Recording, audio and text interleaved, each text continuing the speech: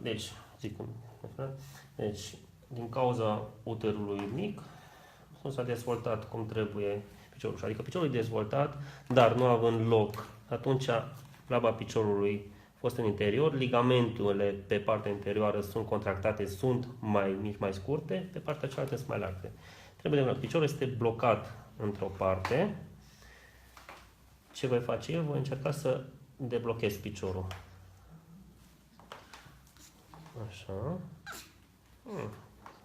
Așa. Și să întind ligamentele.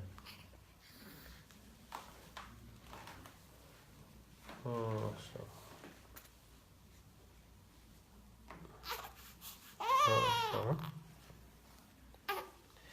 Șansele de reușită, ca să facă, este undeva la 50%.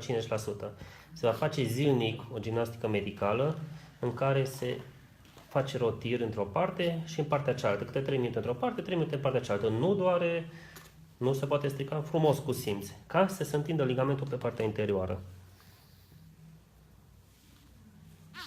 Așa. Hai să lăsăm piciorul ăla. Mergem la piciorul celălalt. Facem un pic de tracțiune și îl punem la loc. Așa. Gata.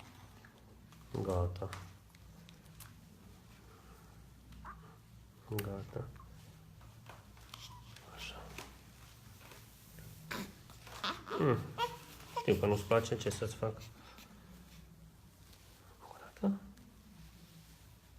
Așa. Gata.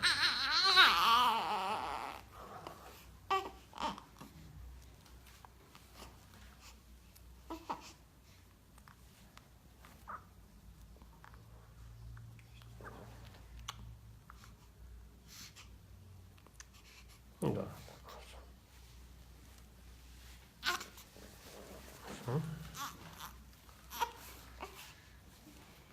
Hai să vedem cum stă. Uite, vezi cum se îndreaptă? Uite-te. Vezi cum s-a îndreptat? Deci e deblocată glezna, dar ligamentul fiind contractat, îl trage înapoi. Vezi? Dar la început nu puteai să-l tragi să fie drept. Acum se poate duce. Deci l-am deblocat. Acum ce trebuie să faceți voi? E să face gimnastica. Ok? Da. Și vezi, acum nici nu mai plâns când l-am îndreptat. Uite. Uite, uite, uite. Uite. Are drept. Vezi? Nu s-a deblocat. Mai trebuie să faceți gimnastica voi. Așa. Beaci. Așa. Uite. E drept. Vezi? Așa. Deci faceți. Prindeți deasupra gleznei sau de gleznă și faceți rotațiile. 3 minute într-o parte, 3 minute în partea. Și dacă sunt crepitații, pușcă, nu vă speriați, nu se întâmplă nimic, nu se strică nimic. Faceți chestia asta zilnic. Ca zilnic. Deci să nu scăpați nicio zi. O singură dată pe zi? Sau o singură dată pe zi. Ajunge. La un moment dat copilul o să se obișnuiască și o să încă să o râdă. O să-i placă. Uitați, vedeți, nici nu mai plânge. Uitați cum e piciorul. Vedeți? Deci s-a îndreptat, fiindcă s-a deblocat. S-a deblocat piciorul când am tras, a și pușcat, bine, nu s-a auzit că nu s-a așa articulații mari.